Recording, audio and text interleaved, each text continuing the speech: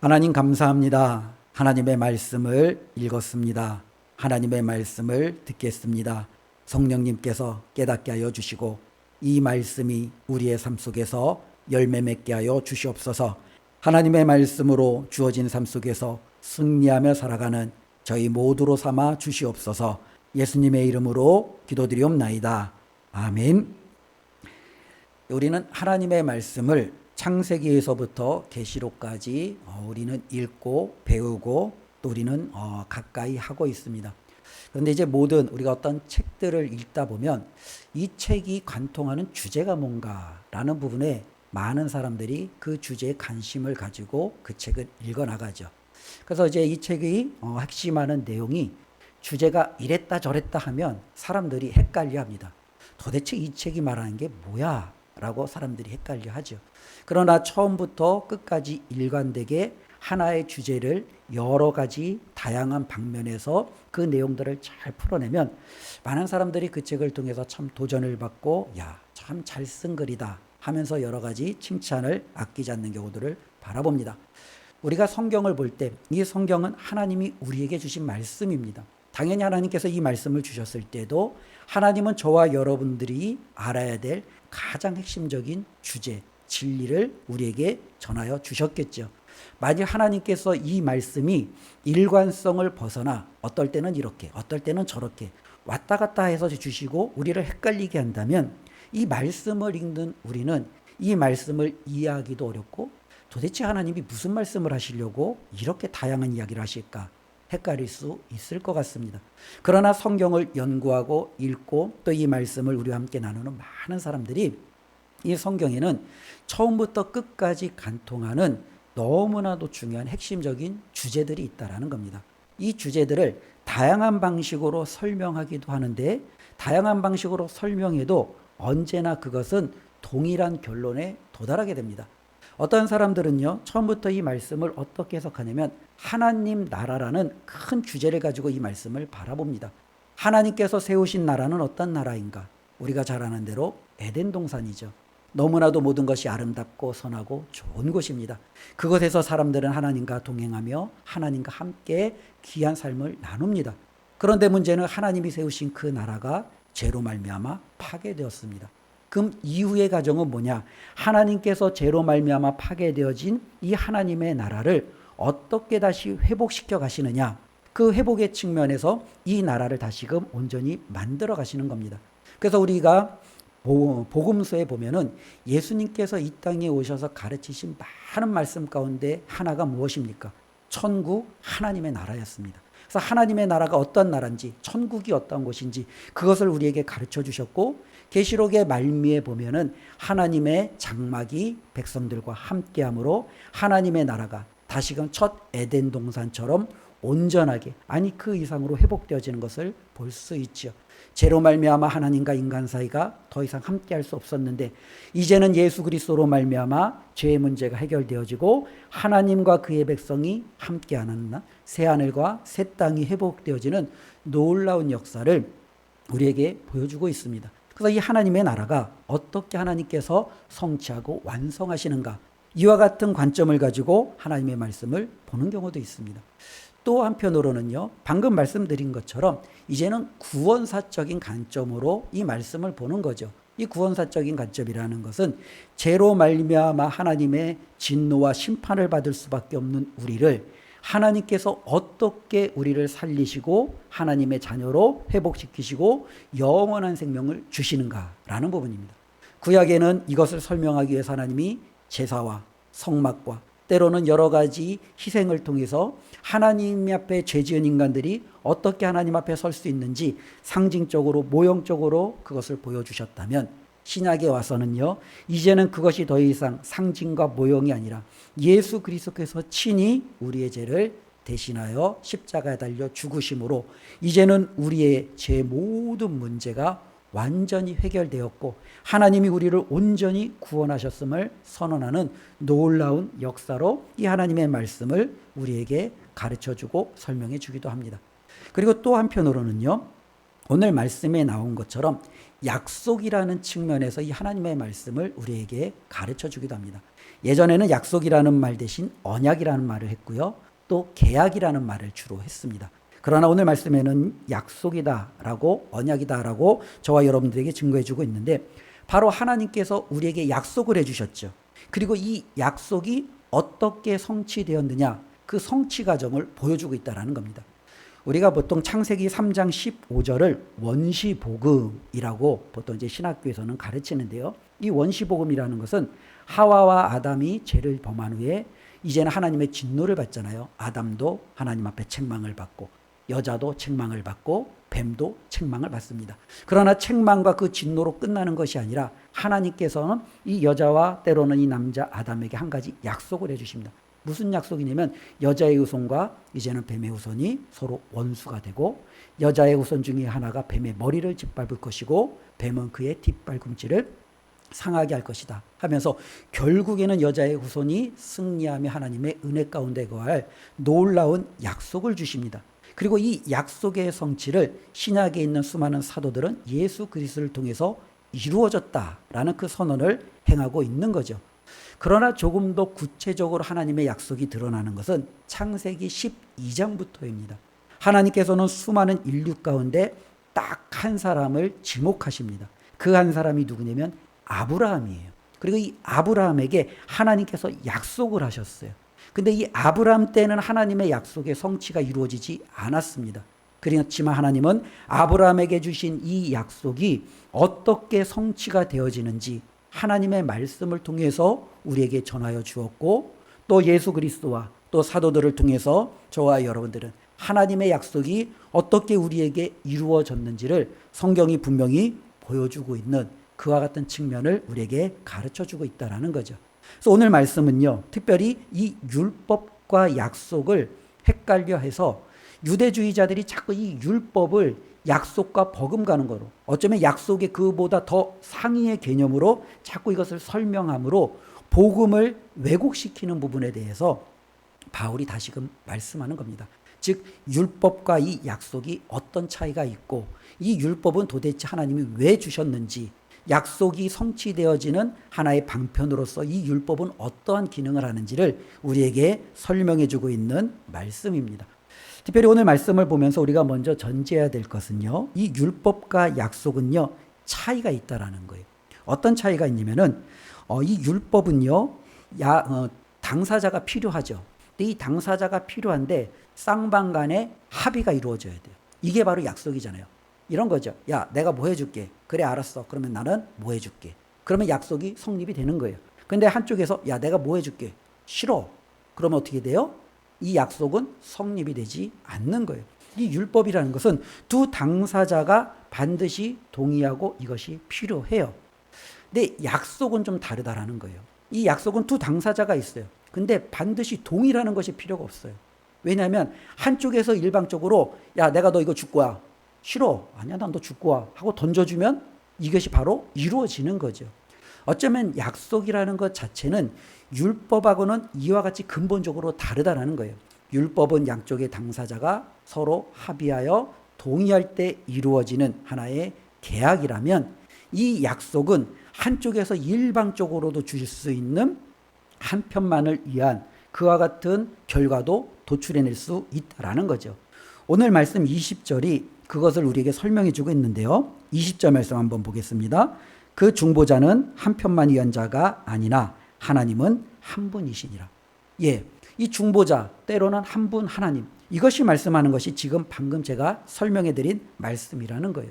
어쩌면 하나님께서는요 누군가와 약속을 할 때 이 약속에 대해서 내가 이렇게 할 테니까 너가 이렇게 해, 이렇게 해서 서로 쌍방간에 합의를 이룬 것이 아니라 그 사람이 이루지 않을지라도 내가 너에게 온전히 줄 거야 라는 측면에서 그 약속을 이루셨다라는 겁니다. 제가 조금 전에 설명을 드릴 때 이 약속과 율법을 제가 단어를 혼동시켰던 것 같아요. 다시 한번 할게요. 이 율법이 두 당사자 간에 합의가 있어야 되는 거예요. 하나님이 이거를 지켜. 그러면 당사자가 지키든 지키지 않든 그에 대한 결과가 나타나는 거죠. 그런데 이 약속은 한쪽에서 이루어진다라는 거죠. 다시 한번 보면요. 그래서 이 율법이라는 것은 두 당사자가 필요해요. 그것을 행하느냐 행하지 않느냐에 따라 이 율법이 어떻게 효력을 발휘하는지 나타나잖아요.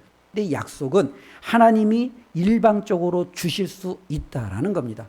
바로 성경은 이 부분에 대해서 저와 여러분들에게 끊임없이 그 차이점을 강조하고 또 우리에게 전해주고 있습니다. 또 한편으로 이 율법과 약속은 어떤 차이가 있냐면, 율법은 그렇기 때문에 행위를 요구합니다. 하나님께서 그걸 해, 하지 마. 둘 중에 하나잖아요. 우리가 안 하는 것도 행위고 하는 것도 행위입니다. 그런데 약속은요, 행위를 요구하지 않아요. 내가 줄게. 그러면은 우리는 누군가가 나에게 뭘 준다고 해요. 해준다고 해요. 그러면 우리는 어떻게 하면 그것을 얻을 수 있을까? 어쩌면 우리가 뭘 하면 그걸 얻을 수 있을까? 그렇게 생각하지 않아요. 우리는 뭘 기대합니까? 저 사람이 저 말한 것을 지킬 만한 사람인가? 아닌가? 그 사람에 대한 믿음으로 우리는 판단하게 돼요. 야, 저 사람은 믿을 만해. 저 사람은 말한 걸 줄 거야. 그렇죠? 이 약속이라는 것은 바로 믿음을 요구한다라는 거예요.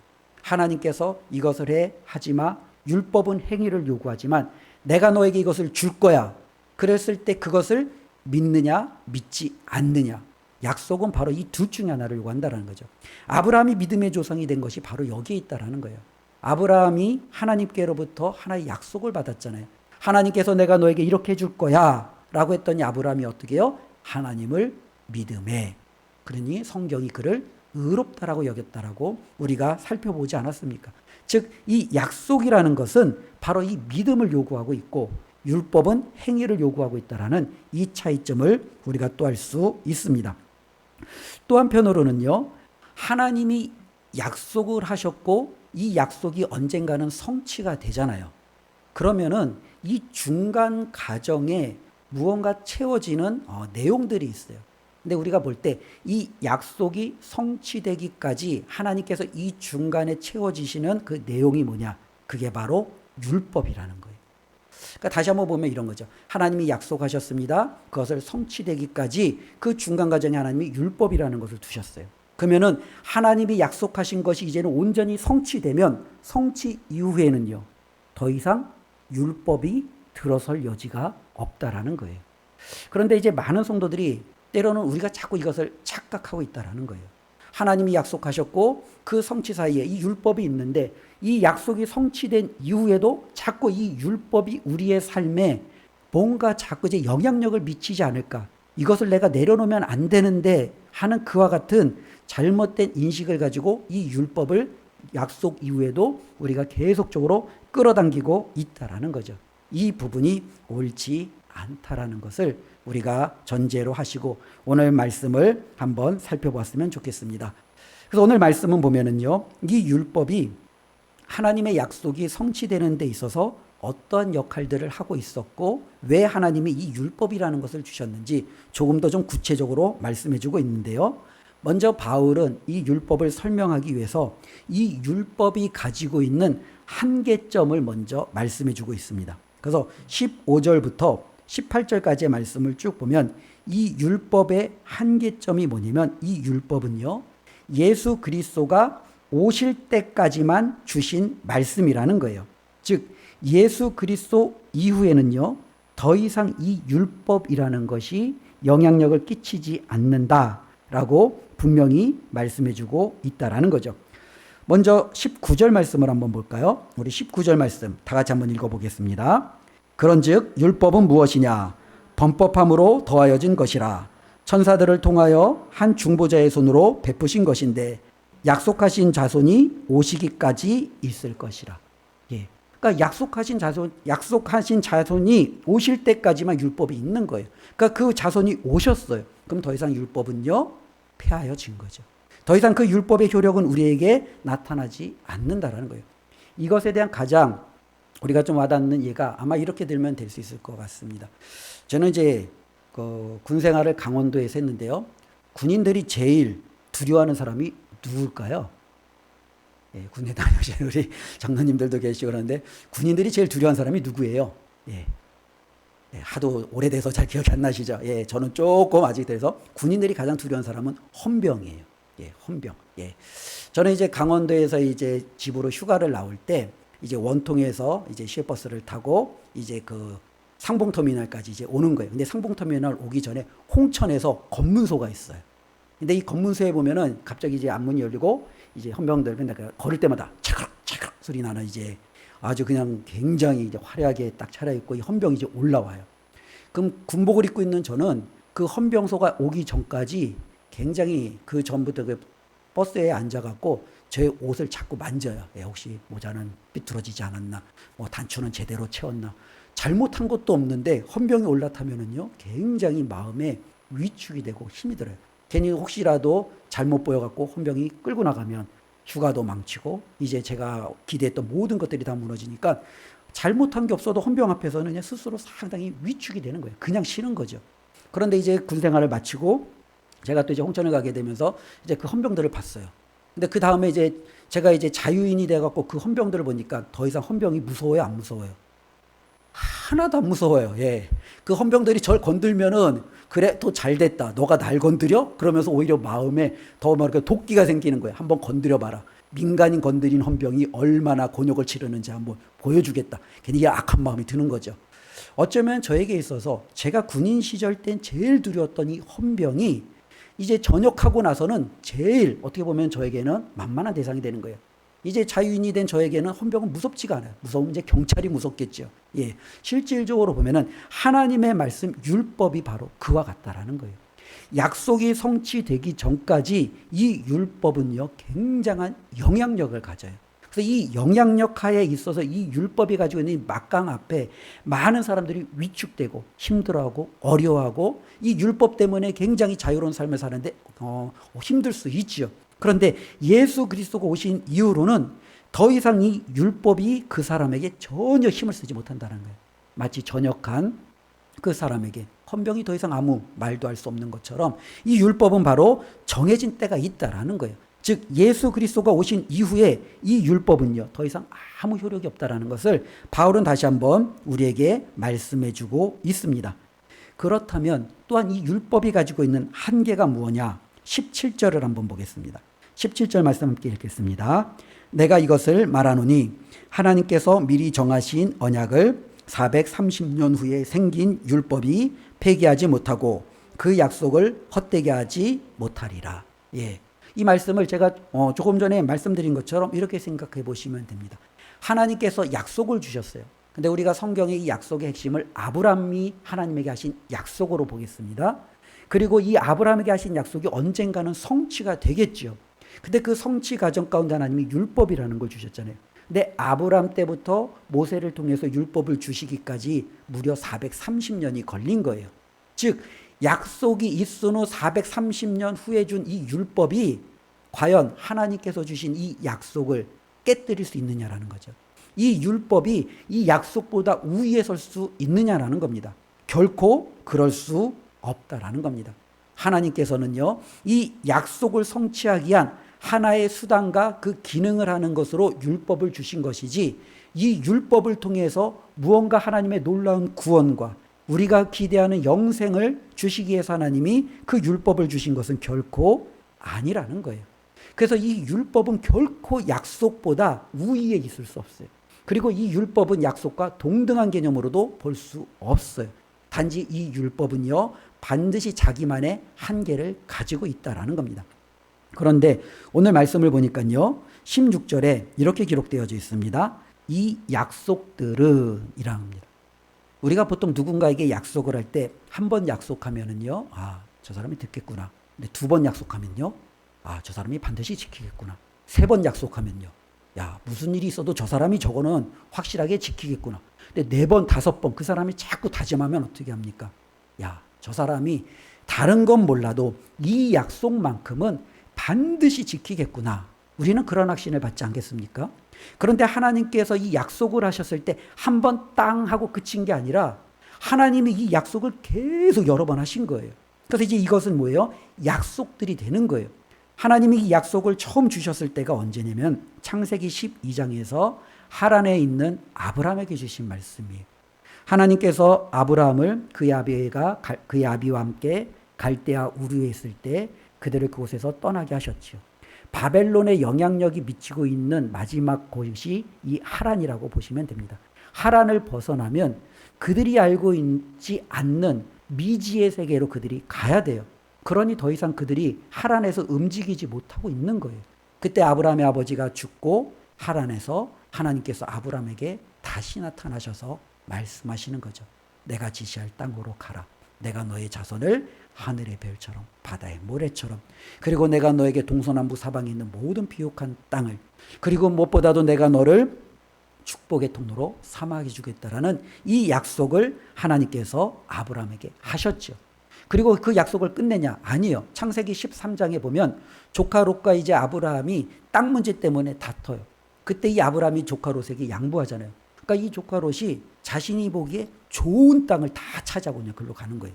아브라함에게 하나님의 약속이 임하면서 뭐라고 하냐면 걱정하지 말라라는 거예요. 다시금 창세기 12장에서 하셨던 약속대로 내가 너의 하나님이 되고 내가 보는 동서남북 사방에 있는 모든 땅을 내가 주겠다라는 그 약속을 하나님께서 다시 한번 재확인시켜 주십니다. 창세기 15장에 보면 조카 롯을 구출하고 온 이 아브라함이 두려워 떨고 있을 때, 어쩌면 보복으로 말미암아 무서워하고 있을 때 하나님이 또 아브라함에게 나타나셔서 내가 너의 방편이 두려워하지 말라.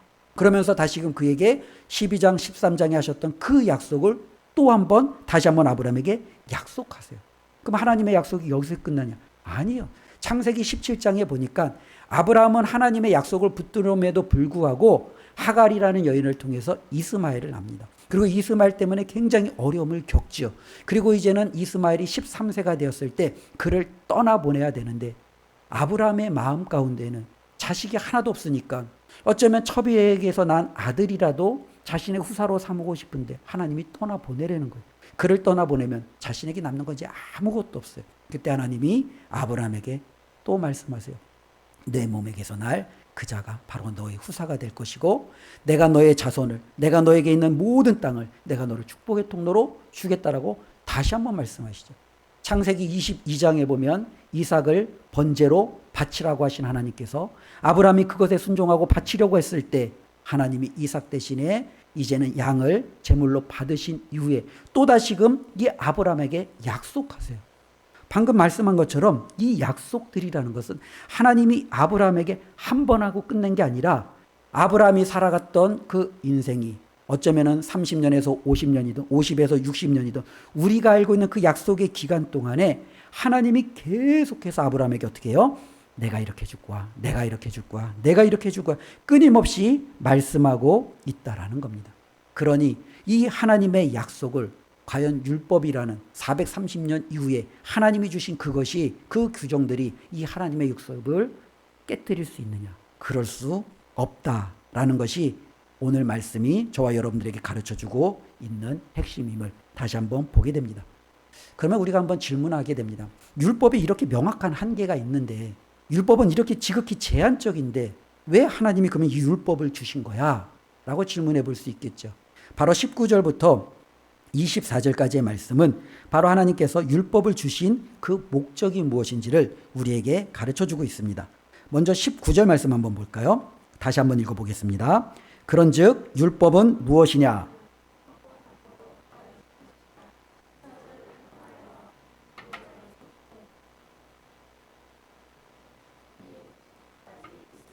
예, 처음 말씀이 중요한데요. 율법은 무엇이냐? 범법함으로 더하여진 것이라. 즉, 이 율법을 주신 목적은 뭐냐면 이 율법은 저와 여러분들로 하여금 죄가 무엇인지 깨닫게 하는 거예요.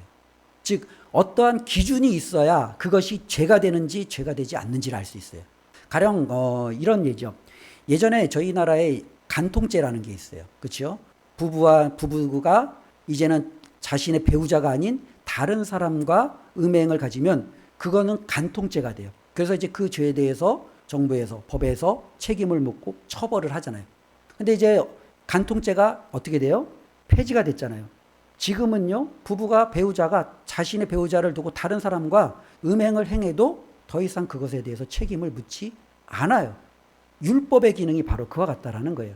하나님께서 이건 죄야 라고 선언하신 이후에 그것을 지키지 않으면 죄가 되는 거예요. 근데 율법을 만약에 주어지지 않으면 그것은 죄가 되지 않는 거죠. 그런 예들 우리는 많이 볼 수 있죠. 중동의 이슬람 문화권에서는 당연히 일부 다처제가 죄가 아니에요. 그건 당연한 거예요. 그러나 지금 대한민국에서는, 때로는 수많은 나라에서는 한 사람이 한 사람의 배우자를 법적으로 우리가 그것을 정해 놓았잖아요. 그렇기 때문에 그것을 벗어나는 것은 뭐가 돼요? 죄가 되는 거예요. 즉 하나님이 율법을 주신 이유가 뭐냐? 무엇이 죄인지를 우리에게 깨닫게 해주기 위함이라는 거죠. 그러니까 우리가 십계명을 보면 알 수 있어요. 하나님 말고 다른 신을 섬기는 건 뭐예요? 죄예요. 근데 이것이 주어지기 전에는 다른 신을 섬겨도 이게 죄인지 아닌지 사람들이 몰라요. 그러나 하나님이 나 외에 다른 신을 내게 두지 말라 하셨으니 하나님 외에 다른 신을 두고 섬기는 것은 죄가 되는 거예요. 예전에는요, 약육강식으로 어쩌면 수많은 자신이 힘으로 모든 것을 정복하고 해도 그것이 당연하게 여겼어요. 그러나 하나님께서 내 이웃을 사랑하라. 내 이웃의 것을 빼앗지 말라. 내 이웃에게 거짓말하지 말라. 살인하지 말라. 분명한 지침들을 주셨어요. 그러니 이후부터는 그와 같은 것들에 어긋나는 모든 것들은 뭐예요? 죄가 되는 거예요.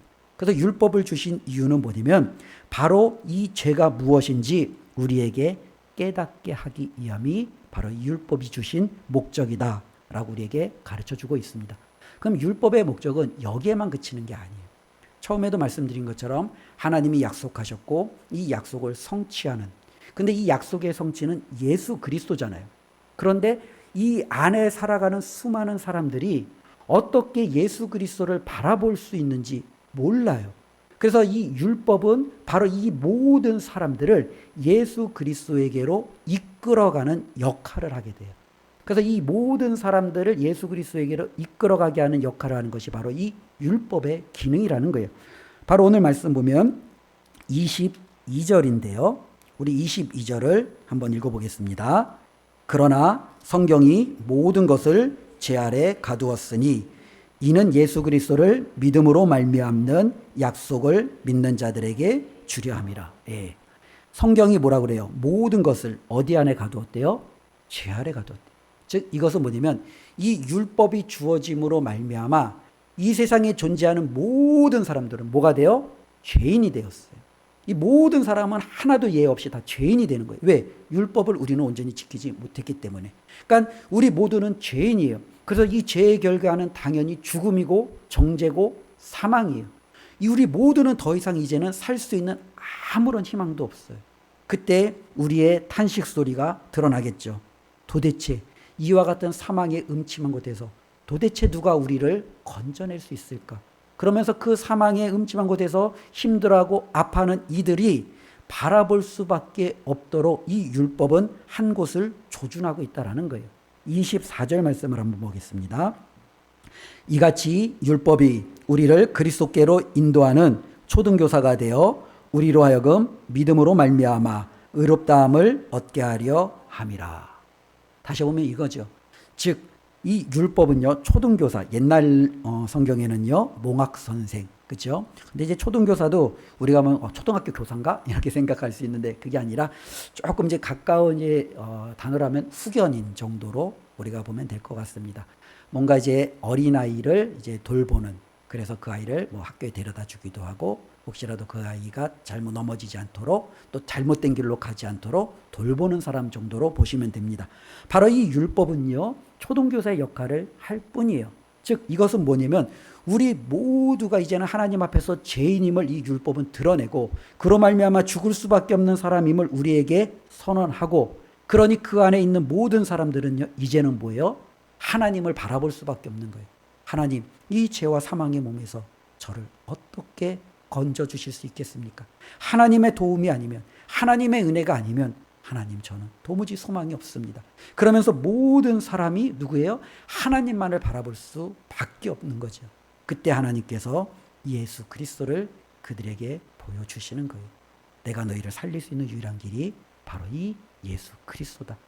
율법에서 좌절하고 절망하고 아무것도 내세울 것 없는 그들에게, 하나님을 바라보는, 하나님만을 의지할 수밖에 없는 그들에게 하나님께서 내미신 손길이 바로 예수 그리스도라는 거예요. 이 예수 그리스도는 내가 행함으로 얻는 게 아니라 하나님의 은혜를, 하나님이 주시는 그 은혜를 붙잡음으로 주님 앞에 나아가는 하나님이 베푸시는 그 긍휼하심으로만 얻게 만드는 놀라운 은총임을 우리가 깨닫게 된다라는 사실이죠. 이것이 바로 율법의 기능이라는 거예요. 한번 생각해 보십시오. 율법이라는 것 자체가 구원을 위해서 준 것도 아니에요. 이 율법이라는 것 자체가 약속과 버금가는 그러한 효력을 가진 것도 아니에요. 그런데 이 갈라디아 교회 일부 유대주의자들은 자꾸 이 율법이 마치 어마어마하게 대단한 것처럼 선언하고 선동하고 많은 사람들을 잘못된 방향으로 이끌어가고 있다라는 겁니다. 그래서 바울은 다시 한번 오늘 말씀 25절부터 29절 지금까지 계속적으로 강조했던 것을 또 한번 강조하고 있습니다. 하나님의 약속이 성취되는 것은 우리가 율법을 지킴으로 이 성취를 받는 것이 아니라 하나님의 약속을 믿음으로 우리는 받는다라는 이 사실을 다시 한번 확증하고 있습니다. 26절 함께 읽겠습니다. 너희가 다 믿음으로 말미암아 그리스도 예수 안에서 하나님의 아들이 되었으니 바로 이것입니다. 저와 여러분들이 어떻게 하나님의 자녀가 되었습니까? 우리가 행한 것이 아무것도 없어요. 우리가 하나님 앞에 내세울 것은 하나도 없어요. 단지 우리가 한 것이 있다면 예수 그리스도를 그냥 하나님께서 우리에게 알려주셔서 우리가 그것을 믿었을 뿐이에요. 그랬더니 하나님이 어떻게 해요? 너는 이제 더 이상 죄인이 아니야. 너는 의로운 자야. 하나님이 뭐라고 그래요? 이제는 너는 내 아들이야. 너는 이제 내 딸이야. 그렇게 하나님께서 선언하시고 있다라는 거예요. 오늘 말씀 계속적으로 보면 27절에 보면 이제 너는 예수 그리스도와 연합된 자야. 너는 이제 예수 그리스도 안에 있는 자야. 너는 이제 예수 그리스도의 세례를 받은 자야. 라고 하나님이 인정해 주신다는 거예요. 여기서의 세례는 물 세례를 의미하지는 않습니다. 여기서의 세례는 먼저 우리가 성령 세례를 의미합니다. 성령 세례라는 건 뭐냐면 저와 여러분들이 예수 그리스도를 믿기 이전에 선행되어지는 것이 성령 세례예요. 성령이 우리에게 부어지지 않으면 우리는 예수 그리스도를 믿을 수 없는 거예요. 저와 여러분들이 예수님을 믿는다라는 고백이 나오는 것은 이미 하나님께서 우리에게 성령을 부어주셨기 때문에 그래요. 그래서 바로 우리에게 이 성령이 부어졌다라는 그 확실한 증거가 바로 우리가 예수 그리스도를 믿는다라는 고백으로 나타나는 거죠. 바로 바울은요, 이 모든 것을 우리에게 설명해 주고 있지요. 그러니 이 모든 것들을 바울은 또 한편으로 27절 마지막에 보면 이제는 너희가 그리스도로 새로운 옷을 입은 사람이 되었다라고 표현하고 있습니다. 이 표현을 하기 위해서 이런 설명을 한 주석에서 하고 있더라고요. 근데 굉장히 와닿는 설명이었습니다. 로마 시대에 그 어린아이들이 성인이 되면 성인식이라는 것을 한대요. 근데 이 성인식을 할 때 그들에게 있어서 굉장히 특별한 의식 중에 하나가 옷을 새로운 것을 입는답니다. 즉 지금까지 입었던 어린아이의 옷을 다 벗고 이제는 새로운 옷을 입음으로 그들의 신분이 이제는 어린아이가 아니라 어른이 되었음을 알려주는 그 의식이 진행된다라는 겁니다. 어쩌면 이때 당시의 옷은 내가 누구냐를 보여주는 거예요. 그렇죠? 만약에 내가 어린아이의 옷을 입으면 아유 아직 어리구나. 좀 많이 커야겠구나. 내가 어른 옷을 입으면 다 컸구나. 어른이구나. 내가 만약 귀족의 옷을 입으면 저 사람은 상당히 높은 신분을 가진 사람이구나. 내가 노예의 옷을 입으면 저 사람은 신분이 노예구나. 이 옷이 그 사람의 신분을 평가하는 거예요. 만일 우리가 예수 그리스도의 옷을 입고 있다라는 것은 바울에 표현하면 더 이상 율법이 우리를 주관하는 게 아니죠. 우리는 약속의 성취로 하나님의 놀라운 축복을 받았다라는 것을 인정하고 있다라는 것을 보여주고 있습니다. 그런데 새 옷이 있는데 이 새 옷에다가 어렸을 때 입었던 옷을 떼어다가 자꾸 짜깁기를 한번 한다고 생각해 보십시오. 그 옷이 어떤 옷이 되겠습니까? 정말로 멋진 옷이 되지 않겠죠. 바로 바울은 그것을 말씀하고 있습니다. 하나님께서 예수 그리스도의 새 옷을 입혀주셨는데 구약에 있는 그 율법의 낡은 옷을 가져다가 자꾸 예수 그리스도의 새 옷에다 이 율법을 더덕더덕 붙여버리는 거예요. 그 사람의 옷이 과연 어떤 옷이냐? 도대체 저 사람의 신분이 누구냐라는 거예요. 어린아이야? 어른이야? 저 사람이 의로운 자야? 아니면 의롭지 않은 자야? 알 수가 없게 된다라는 겁니다. 새로운 옷에 맞는 그 신분을 온전히 받는 것은 하나님의 약속을 믿는 그 믿음 안에서 주어졌다라는 것을 오늘 우리에게 설명해 주고 있습니다. 28절 말씀 한번 읽겠습니다. 너희는 유대인이나 헬라인이나 종이나 자유인이나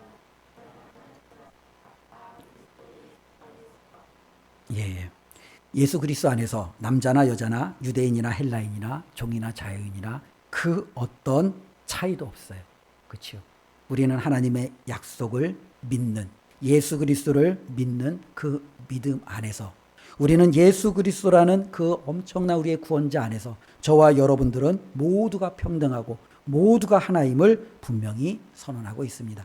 여기 외에 예수 그리스도 외에 다른 그 어떤 것을 저와 여러분들에게 갖다 줘도 저와 여러분들의 것을 다 거부하시고 거절하시고 오직 예수 그리스도만을 붙드는 우리의 삶이 되었으면 좋겠습니다. 그래서 29절에 바울은 이렇게 결론을 내립니다. 너희가 그리스도의 것이면 곧 아브라함의 자손이요 약속대로 유업을 이을 자니라. 아브라함의 약속을, 그 약속을 이을 자는 누구예요? 예수 그리스도를 믿는 그 믿음을 가진 사람이에요. 율법을 지키는 자가 아니에요. 하나님의 말씀대로 내가 이렇게 행했습니다. 자신의 의를 드러내는 자가 아니에요. 아브라함이 하나님을 믿었던 것처럼 하나님이 보내주신 예수 그리스도를 믿는 그들이 아브라함의 유업을 이을 자임을 다시 한번 기억하시고 놀라운 은혜를 주신 하나님께 감사하며 또 한 주간도 하나님 앞에서 이 믿음으로 우리가 감사하고 또 이 믿음 가운데 그 소망을 바라보며 살아가는 우리 모든 성도님들이 되시기를 주님의 이름으로 축원드립니다. 기도하겠습니다. 하나님 감사합니다. 하나님께서 아브라함에게 약속하셨습니다. 그리고 그 약속을 예수 그리스도 안에서 온전히 성취하여 주셨습니다. 하나님, 우리가 율법을 지킴으로 그 약속에 참여하는 자가 아니라 하나님이 주신 그 약속 예수 그리스도를 믿음으로 하나님의 약속에 참여하는 자가 되었음을 감사를 드립니다. 하나님이 주신 이 놀라운 은혜를 하나님 율법과 행위로 우리들이 희석하지 아니하고 오직 예수 그리스도만을 믿는 믿음으로 승리케 하여 주시옵소서. 예수님의 이름으로 기도드리옵나이다. 아멘.